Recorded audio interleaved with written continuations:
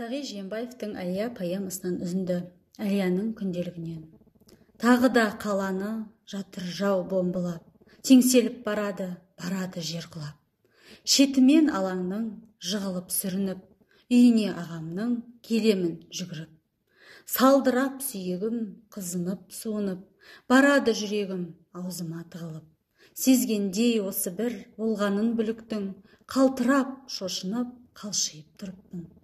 Бір дүлей басталды шыңылдап құлағым, үйілген тастардың үстіне құладым. Ішінде құйынның ес жиған шақтарең, тұрасап жүгірдім мектебім жаққа мен. Қираған ол мұнда, құлаған ақ шатыр, оның да орнында үйілген тас жатыр. Не көрдім, не істедім, не сұмдық дүние, жүгірдім тістеніп балалар үйіне. Өңім бе, түсім бе, кетіпті төңкеріп, жалынның ішінде жатыр ел өртеніп. От жалын үлгірмей, саутырған бұрышы, қап-қара үңгірдей үңірейіп тұршы.